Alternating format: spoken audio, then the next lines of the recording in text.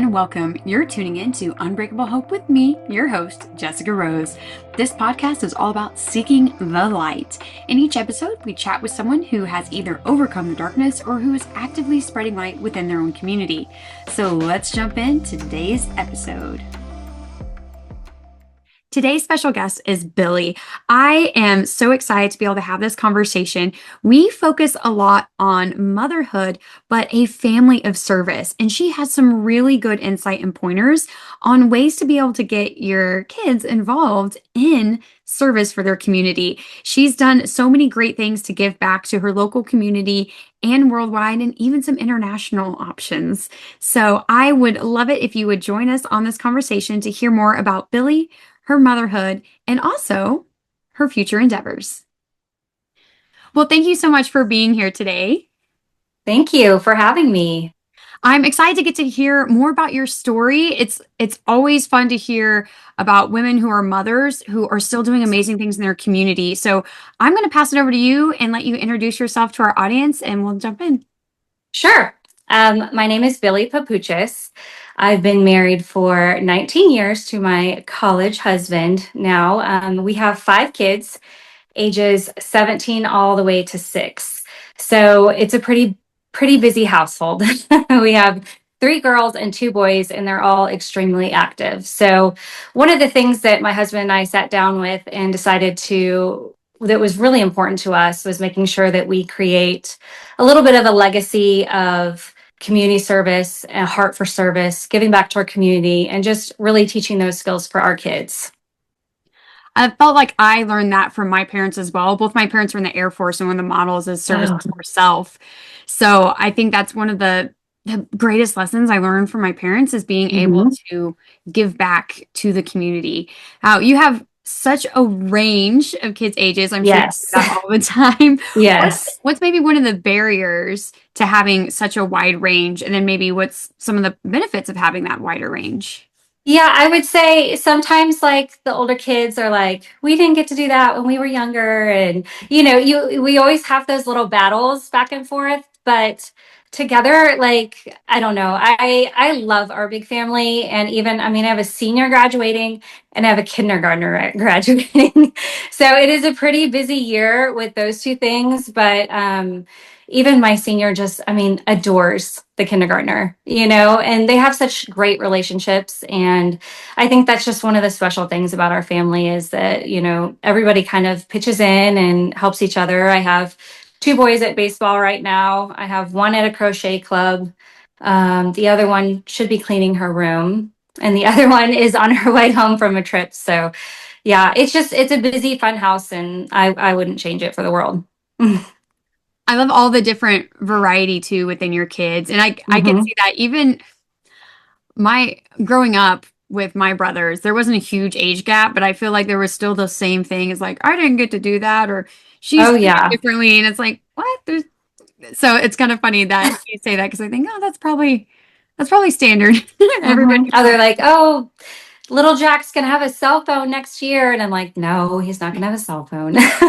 They're always just like, well, I didn't get to that, I didn't get to that. But they're all so different and so individualized, and we really don't try to put a lot of ages on certain things. We try to really make sure we handle each kid individually. So And I think that's really important as such a big family is being able to really learn what's the best way for each kid, because you're right, it's just like all humans, we're all unique and we're all different. And I bet that's a learning lesson in itself for the rest of your kids too, right? Is to be able to see that, hey, you can learn how other people operate, you can learn what other people's needs are and being able to meet them in different ways. And that's maybe another service that you're teaching them.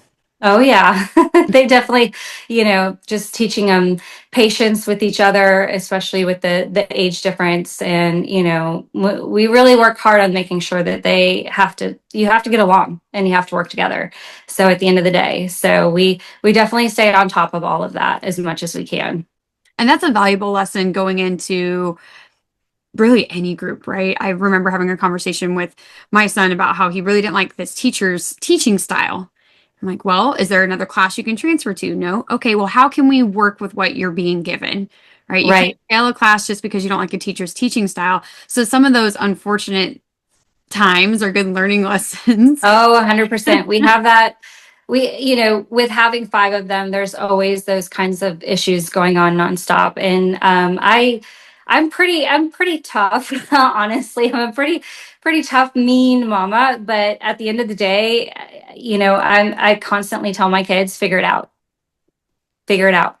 You're going to go through life and you're going to have groups of girls maybe that you work with that you don't care for, or if you're going to be in a sorority one day that you don't care for, or in a dorm, your living situations. I mean, teachers, bosses, coworkers, and you're just going to have to figure it out. That's Yeah.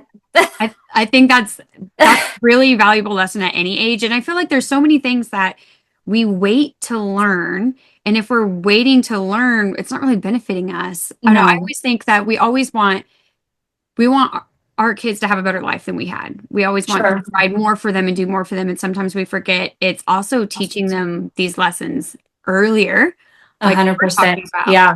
learning it now. Yeah. And Yeah. you do so much different service outside of being a mother and raising kids and also instilling service into them because one of your services is you're competing in a pageant to raise more awareness about your platform. I'd love to talk a little bit more. I know your competition is even coming up. Yes, yes. I'm super excited about that. It's about 3 weeks ago, 3 weeks to go. I actually signed up about 9 months ago, and I was really interested in this system, Royalty USA. Their whole platform base is reach, inspire, serve, and empower. So it's Rise. So that was just something that really resonated with me. And to be honest with you, my two girls for the last 3 years. I have two girls that have been competing in pageants, and I've kind of sat back and been the pageant mom, which is a whole nother level of taking a step back and being a pageant mom. I definitely think it's harder to be a pageant mom than compete yourself. And they have never seen me compete before. They have pictures of me in the past and things like that. And they're like, Mom, like, when are you going to get back on the stage? And I really felt like I wanted to give 100% attention to them, which has been wonderful. And then I found one of my good friends is actually the national title holder. Her name is Kristen Harris. And she's just like, this is the real deal. This has been the most amazing experience. And it's kind of hard to come by. If you're going to put a lot of your time and dedication into, you want to make sure it's a great system and it's a great fit for you. And so that's when I decided, okay, girls, I will give this, my little one's pretty sharp. And she's just like, well, have you won a national title? I said, well, no. And she's like, well, don't you want to win? And I was like, well, I mean, yeah, I do. And she's like, well, then why not? Why not? So I was like, okay. So my a 10-year-old is, giving it to me, all the things that I give to her. She's giving right back to me. So I said, okay, you guys, we'll go in and we'll get this done, and you can be there in the audience, and it'll be a lot of fun. So, That's so great to see that you've already instilled that in her even too, like that for, oh okay, yeah. well, what about you? So Mhm. normally my question is for moms that are competing, like, does your family support it? Well, it sounds like at least a couple of your Oh girls are really yes. pushing and supporting you. How do your boys and your husband feel about you competing? Oh, they're great. I mean, they're super supportive. My husband is a collegiate football coach, and I support him, all the time, daily in all his goals, and he gives it right back to me. So I think that's one of the best things we have in our relationship, honestly, is the support we have for each other. And the boys, they're just like, okay, mom. My son, when he was the very first Mrs. Pageant I ever did, it was more than 11, 12 years ago, and my son got to walk me out on stage, and he was only like 5 or 6, and that was just such a fun memory. And he ddid ask me, right, he's like, do I have to walk you out on stage? I'm like, no, not this time, but because now he's 16, so that'd be like, but no, they're very excited for me and looking forward to it. That's great. I always love when you have that support. Like you're saying both, right? You support your Hmm. husband supporting you. And with my husband, he's nonverbal. He doesn't really get a choice in what I do. But Yeah. it's so sweet though when my friends threw a watch party for one of the pageants I competed in. And my friend said, I just love watching him watch you Oh, on I know, stage. it's so And sweet. it's really hard to travel with my husband. It's not safe for him to get on an airplane because of his neurological condition. So he stayed here, but just knowing that he's still supporting me and what I'm doing, what I'm Yes. pushing forward, it's huge. And I've heard a little bit about the royalty system before. I love that Mhm. acronym, the RISE, and Yes. what that there's so many deep meanings to that, and there's so much growth for that. What does that look like for you? Because each person in pageant world, we say platform, right? But a lot of it's Sure. pretty the amazing work we're doing. So what are you doing that is rising forward?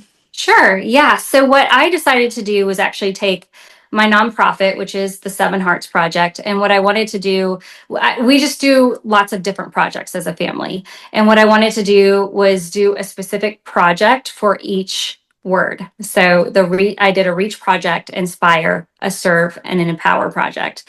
And over the course of these last 8 months, those were, things that I didn't seek out per se and try to nail it down. I really wanted it to come a little bit more organically, and decide on how I wanted to serve my time in those capacities. So that was a lot of fun. And it was a little bit of a challenge too. You have in your back, okay, I just want this to be good and big and small or, whatever, but I want to make sure it has an impact. And throughout this last 8 or 9 months, I've really taken a step back and just had more of a vision of quality versus quantity. And that's been really important to me is, making sure it doesn't need to raise thousands and thousands and thousands of dollars. I don't need to, donate 20,000 pairs of shoes across the sea, but just really bringing it back down to, acts of kindness in that capacity is what I've really tried to make this shift with my nonprofit. I love that because sometimes it's the one that then goes on Hmm. to make the difference, and Sure. it gets really frustrating. And some of the work that I do is very grant heavy or Yeah. federal contracts, stuff like that. You have to have all the numbers. You have to have the numbers, but Yeah. there's a reason why there's qualitative and quantitative research. And that qualitative is always my favorite, is being able to find the one, change the one, reach the one. Right. So I love to hear a little bit more about your nonprofit and what are maybe some of your most recent projects that were one of your favorites or something that you can't wait to be able to do again. Sure. Yeah. So we created this nonprofit about 4 years ago, and I've always been pretty.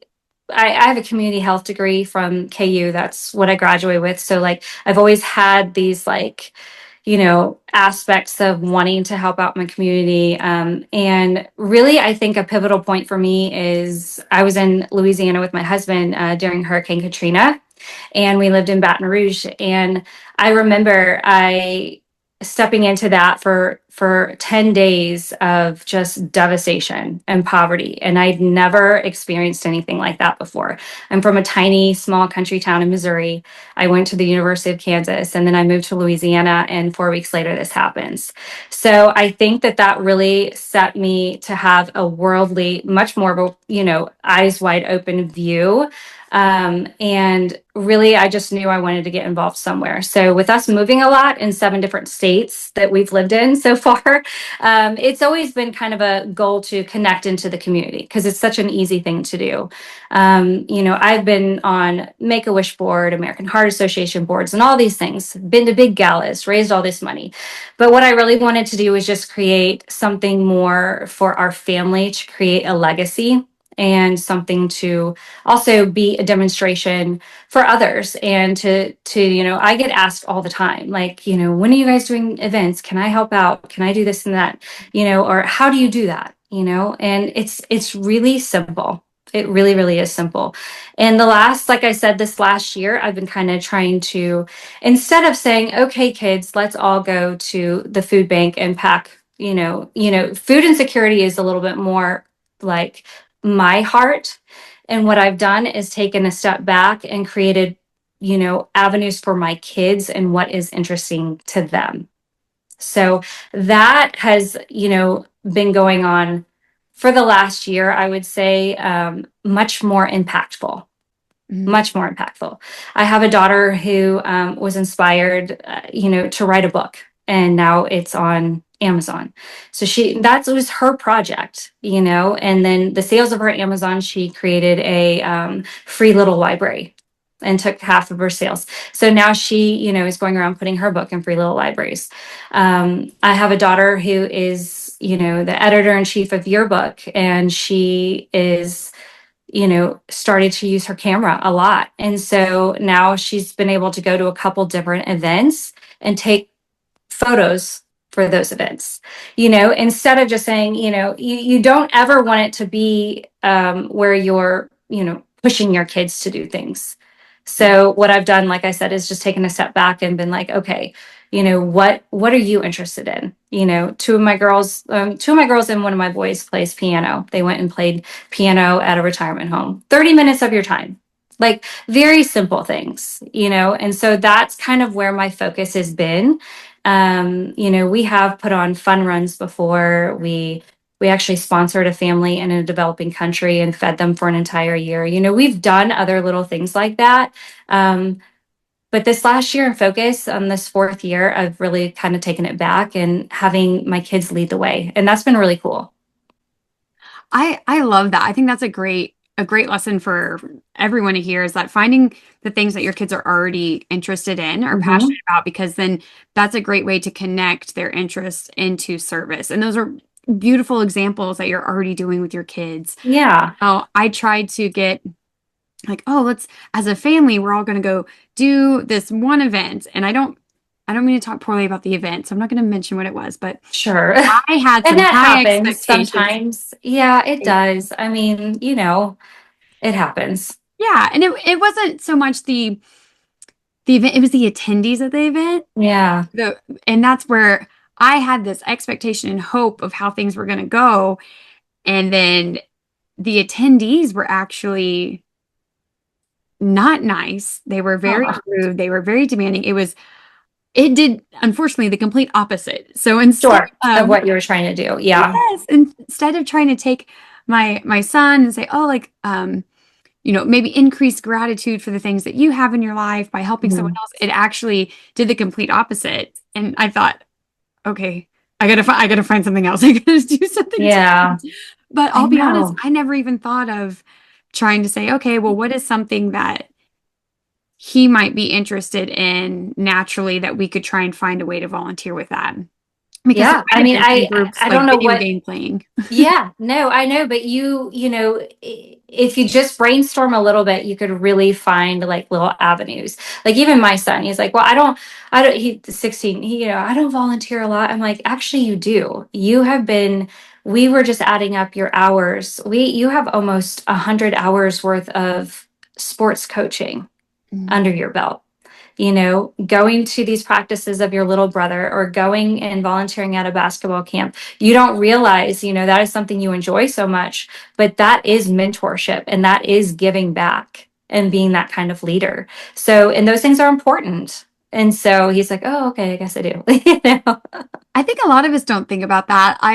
One of my fellow Sash sisters, we were talking about how many hours, and I felt so bad in the moment. I later apologized to her because I was like, I hope you don't think I was rude. But in the moment, she said, "Oh, I want to say she said, oh, I only had 14 hours last year," and I literally started laughing out loud.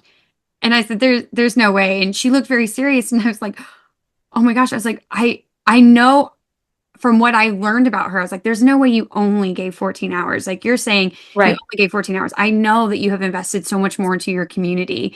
So Yeah. after I apologized, she later came back. She goes, no, I'm actually really glad you said that. She said, because I looked at it and I saw like, oh my goodness, you're right. Because I do Yeah. this and I do this. And sometimes we just do it naturally. And that's kind of the beautiful thing of it, though. Right. For Oh, sure. Yeah. so Yeah. as you're competing in a pageant yourself now, and it's Yes. coming up in just a few weeks, so by the time this post, we'll be able to cheer you on Yay. competition. What are you looking forward to the most? Whether it be part of the competition, part of the experience? Sure, I am excited. So at Royalty USA, they actually have optionals, and I've never done that before. So I'm going to be competing in casual wear and state costume and fitness. They actually provide us a fitness attire, so everybody has the same, which is really cool. And also for the required competitions is fun fashion. I've never done that before. So it'll be fun. I had my birthday yesterday. I'm 44. And so I'm just like, all right, let's go. Well, happy birthday. Birthdays are my Thank favorite you. holiday. Hmm. My both the systems that I just competed in, one of the optionals was a state costume, Oh, okay. and I love it so much. I had I had so much fun with it. So I'm from Oklahoma. I was a tornado that turned Mhm. into a sunset, Oh, but fun. also representing the darkness and the light in our world. So Hmm. I'm not going to Yeah. have you tell us. I don't want to give a spoiler, but it'll be really Well, exciting I for you do to live in see. Florida now, so you might be able to guess. Mm. I should, I am, my title is Sunshine State. But yes, it is pink, so you might be able to guess. I'm excited to see it. Yeah. It'll be fun. That's the thing. I'm really looking forward just to having a lot of fun. One of the other things that's really cool about Royalty USA is I actually kind of not a fan of paperwork. Like that's not my favorite thing. I actually owned a dress boutique, a pageant boutique for 5 years. And I had a lot of fun with wardrobe and styling and things like that. So I love that aspect of pageantry. But when it comes to paperwork, it's not my favorite. And at Royalty USA, there is no bio. So I didn't have to do that. So it is a panel interview, and we go and give a 30-second introduction and they kind of pull off of that and that's how they do your interview, so it's more conversational. So I'm actually really excited about that. That definitely sounds a lot more my style. I feel like I'm Yeah. really bad selling myself on paper. And Sure. this Yeah. last pageant that I competed in, it was a pre-recorded interview, which that was Oh, wild for okay. me too. So I did Petite USA, you do your bio, and then you go in for a panel style question. And then for World's America and World's International, it's all pre-recorded interviews. Oh, okay. Okay. So I'd much rather just put me in the hot seat, ask me a ton of questions. Sure. I'm good. Pre-recorded. I was like, oh, the angle is off, or oh, this. And uh, well, I'm sure with you doing this you're probably like a little bit more nitpicky since you do this all the time. when I used to do videos, people ask me all the time about, do you ever get sick of hearing your own voice? And I thought, well, what do you mean? That's a weird question. Talking? Oh, they meant like the editing process. Oh, And I was okay. like, Okay. oh. So in the very beginning, when I first started doing videos, I would just sit down with my camera and talk for like 5 to 10 minutes and post it on then Instagram. You could do longer ones and then Facebook. I never edited. I didn't. Oh, I didn't hit even think record about it. button. I just, oh, Sure. whatever. So when someone said that, I was like, oh, well, maybe. And then when Instagram videos got shorter, I was like, well, now I do kind of have to edit it because trying to get my point across and less than 60 Sure. seconds and all that. And now I'm very grateful. I have a lovely friend of mine who helps me edit the podcast too. So That's I guess I awesome. did for a Yeah. while have to listen to my own voice to edit it. But Well, it's I good like to skills to go. have. Yeah, for sure. And so when you go to the pageant, are you going to be able to have family with you? Are they staying back? What are those So dynamics? some are staying back, and some the two girls are coming for sure. And my mom and mother-in-law are coming. They are huge fans, so sweet. But they're gonna come together. So my mother-in-law lives actually in Miami area, and my mom is still from Kansas City, Missouri. So they're gonna bring the two girls and fly up there, and they're super excited to come watch. But the rest, which I was thinking earlier when you were talking about how awesome it is now that we have the live streaming, with your husband not being able to make it. And, my husband actually, it's a bye weekend for him, but they still keep working. So it's just kind of cool that they can sit back and watch it here too. That's really exciting. What are you hoping to gain? I mean, obviously your girls are really excited for you to get a national Mhm. title. So, Yes, I know. Just watching them go and compete now and grow and learn their lessons, I just want them to see the same side with me is that, I am putting all the effort in. I have been working hard just like they do. And sometimes our outcome isn't what we want, but we're definitely learning every time we're doing it. And that's always been my message to the girls. I love that. And this is a perfect example to really showcase that. I think it takes a lot as adults as we grow older and then we have children or whatever that looks like, it's still hard to kind of put ourselves out there and go after Yeah. these goals that, like competing in a pageant, I thought I was too old. I didn't think that that was an option. So now competing, it's it's kind of funny where it's like, oh, yeah, I'm still doing these things. I'm still living out my life and my dream and my desires, but I am still caring for my husband and making sure that he's good. Oh, for sure. It's so great for other people to see that and get inspired by that and think, you know what, yeah, my life doesn't have to end just because I'm a parent. And I think that's a big misunderstanding, I guess. Hmm. I'll say 100%. one for me personally, I joked all the time, like, I don't want kids. I like my own money and I like my own time. Yeah. That's it. Um, Yeah. so But it's, it is. I mean, it is a good, you always see like empowered women empower women, and that's the thing is that people ask me all the time, well, how do you do it? Or how do you have 5 kids? How do you do all that? How do I get asked that all the time. And I mean, kind of my answer is like, I really don't know. I just do it, and this is something that I spend so much time in the car. I'm at every practice field. I'm a middle school girls basketball coach. That's how I give back to our school. And I love that. But there's so much that I do that I really, really enjoy doing. And then this is the only thing that I like, it's just me. This is, there isn't anybody else driving me to, practice my walking. Like it is all me. And it's just me showcasing, what I love to do. So it's a lot of fun. And I'm excited to also showcase that with my family and let them see that, I really am excited to go for this big goal of mine. I love that so much. Just the family dynamics that you're talking about, that level of support, the community involvement, the growth that your kids are experiencing through their different activities and being Yeah. there for each other as mentors. I think it just sounds like such a great role model, the whole family structure that you have going, which is really beautiful. So we've talked a lot about motherhood, really family dynamics and service, and how that service rolls into your nonprofit and your platform, competing with pageants. I mean, we've gotten to cover so many different Yes. topics today. I've loved getting to meet you more. I just want to give you a chance to give us some final thoughts, or maybe a little bit of recap of what we've talked about before we close our episode out. Sure. Yeah. No, this has been wonderful.